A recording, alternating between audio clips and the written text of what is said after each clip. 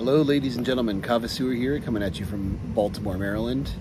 Today I'm doing a special video where I am going to talk about how to make kava. I really want to focus on demystifying the process of making kava, because it seems like a lot of people coming into kava get really flustered and frustrated when they're sitting down to make their first batch of kava, and they have so many questions, and understandably so, because it's something that's very unusual and kind of takes getting used to. So I really wanted to put together a very simple video, make it absolutely kind of foolproof, user-friendly, something that will just completely demystify the process and give you exactly what you're looking for when you make kava. So bula to the hula, and here we go. All right, so to start off with, you need a bowl, obviously, or a receptacle of some kind. It could be a big plastic bottle, but it needs to hold about 2 liters of water. And this right here is a tanoa that I bought from Kava Vinaka, a vendor out of San Diego. This is a Fijian kava bowl, and I measured out exactly 10 cups of water in the tanoa, which is about 2 liters, possibly a little bit under 2 liters. All right, so we got that out of the way. Now, normally I would pour the water on top of the strainer full of kava, but in this instance, I wanted to measure out the water just to for demonstration purposes. The second thing you're gonna need is the kava. All right, water, kava, water, kava. That's super simple, right? Those are the only 2 things you need to make kava, are water and kava, and of course a strainer. Now, anyway, from a chemistry standpoint, these are the only 2 things you need. But the strainer, this one also comes from Kava Vinaka, the same vendor that sold me the tanoa, and this is a good strainer. You can see that it's orange. That's from Kava Lactones. That's I probably made hundreds, if not over 500 batches of kava with this strainer. They last forever. Easiest investment you'll ever make. All right, so you need to have a strainer to make kava. I've used socks before in the past. I wouldn't recommend it, even if they're clean. It's just not good. Okay, I actually used to never use measuring cups, but I've started using measuring cups because, well, I wanted to start making a consistent kind of strength of kava. I used to just eyeball it. I would literally just shovel tablespoons of kava into the kava strainer as I made my kava, but I was getting a little bit of an inconsistent product. My kava was sometimes too strong, it was sometimes too weak, so I ordered a set of cups specifically for the purpose of kava, because I also don't measure when I'm cooking. So anyways, so this is 1 cup. So I would suggest, either having a half a cup or a 1 cup measurement. For me, it goes in between. I don't ever use, well, I do sometimes use full cups, but I'd say I mostly use about 2/3 of a cup. All right, so that's all you need, is you need the water, and you need the strainer, and you need the kava. Having a cup is a nice little add-on. If you have a tanoa, you're gonna want a ladle, and you will also want something to drink your kava out of as well, your kava shell. All right, nothing more than this is required to make kava. I mean, that's basically it. The soy lecithin, lecithin, totally unnecessary. It doesn't add anything. The temperature of the water, room temperature is fine. Don't ever use hot water. Don't ever get your stove involved. Don't ever get your microwave involved. Just use room temperature water. Yeah, great. If it's fresh water, great. Purified water, great. No need to go out and buy, you know, a case of bottled water though, or anything like that. Just use, if your tap is good, just use your tap, or your Brita or whatever. I live in Baltimore, and actually we have some of the cleanest water in the country. It's like one of the top 10 cities for clean water. So those are all of the elements, and I will turn off this video and then get going on the second part. I often hear people ask questions about how to knead kava, and again, it's like Occam's razor. The simplest explanation is the best explanation. Kneading kava is exactly what it sounds like. You're just kneading the kava like you're kneading dough. You get the kava in the strainer, you dunk the kava in water in the strainer, and you simply squeeze kava out of the strainer into the water. You emulsify the kava. You make your beverage that way. There's no need to make it complicated. No need to involve blenders, for the love of God. Just squeeze kava in the strainer and you'll get exactly what the connoisseur drinks, which is hand kneaded, water emulsified kava. So I'm going to show you how it's done. Spoiler alert, it's not very exciting. It's literally just squeezing a bag with kava in it to get the kava out into the water. Sorry.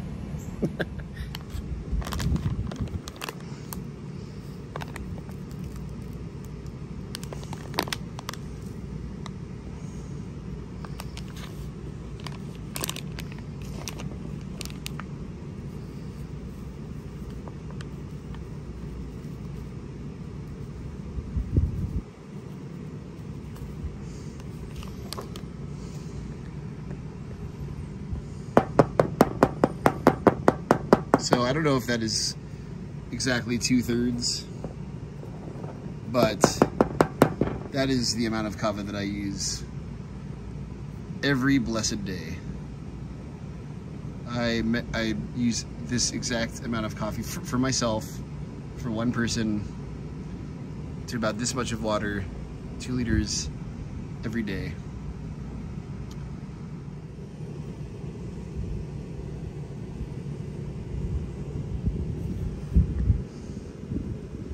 Just put the kava in the strainer.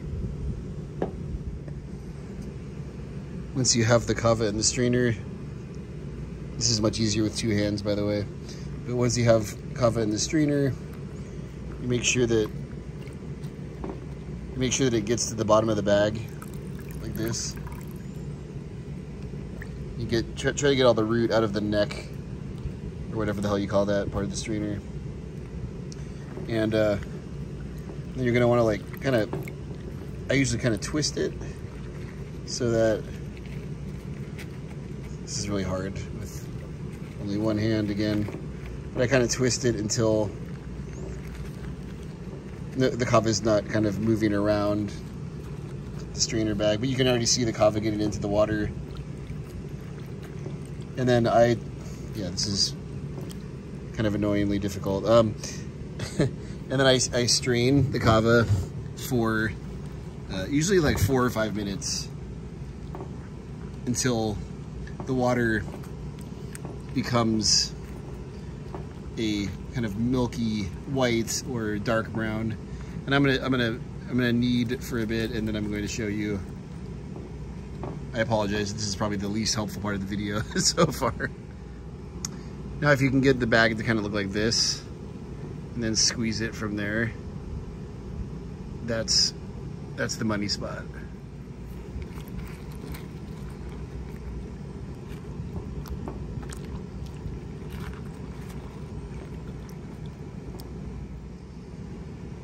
All right, now you're gonna probably hear different opinions about this, but when I finish making kava, I just leave the kava in the water, or in the kava, I guess, because we've made the kava. But I usually just leave the kava in the water, and in the strainer bag and let it sit there, because what I do is, as I get to the bottom of this, as I get through this kava, I'll add water and I'll get a second squeeze. Now, a second squeeze is basically exactly what it sounds like. You're going to squeeze the kava again in fresh water to get more kava out of it. And I'd say you could probably do this with an additional 2 liters of water. But what I would probably suggest is maybe 1 more liter of water. After you finish this, you add 1 liter of water, so like kind of half of what I did. And then you squeeze it as vigorously as possible. And then you can add water. If the kava is strong and it still has a lot of kava in it to be squeezed out, you can add water to get more kava. Or you can add more kava and water. If the kava looks too weak, then you can just start adding kava. Take out the kava out of the strainer, add new kava.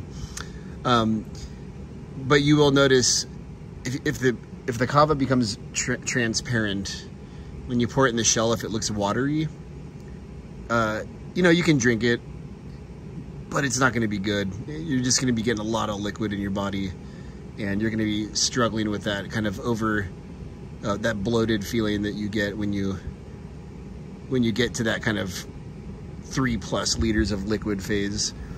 So you're really going to want to like make it worth it and probably add a little bit more kava. Or you can just drink that if you don't want to go above the 2/3 of a cup or however much kava you want. You can just you know, stop where you want. But you know, it's not too complicated. There's no hard and fast way to do it. All right, now a pro tip, big time pro tip: make your life so much more enjoyable, and add like 5 or 6 ice cubes. For the love of God, please do that. You know, kava does not have to taste bad. I love the flavor of kava, but when you put a little ice in there, and it tastes absolutely wonderful. All right, now you're gonna notice, when you look at my table here, you're gonna notice that there's no bowl of pineapples. There's no glass of juice. Nope, there ain't none of that. Because I'm not some goddamn asshole. You know, if you're gonna eat pineapples and eat mangoes and whatever, every time you drink kava, you're gonna go broke. It's got my ice cubes, I got my kava, I got my shell, and I got the kava sewer.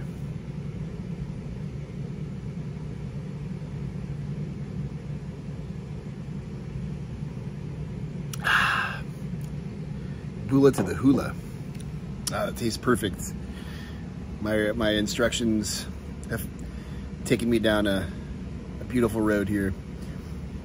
Again, you know, no chasers, no foods, no glass of water, glass of juice, just the kava. That's all you need. You know, a bag of kava like this, it's like 50 bucks. If you're gonna go out and buy a bunch of pineapples and mangoes and papayas and whatnot, well, you knock yourself out. But you know, it's already a pretty expensive experience to make one tonneau of kava. So if you're bursting at the seams with Benjamins, you knock yourself out. Eat all the pineapples you want. But I'll just be sitting here drinking a cool shell of kava, let my problems melt away into the early afternoon. All right, thanks for watching. Good luck. Gula.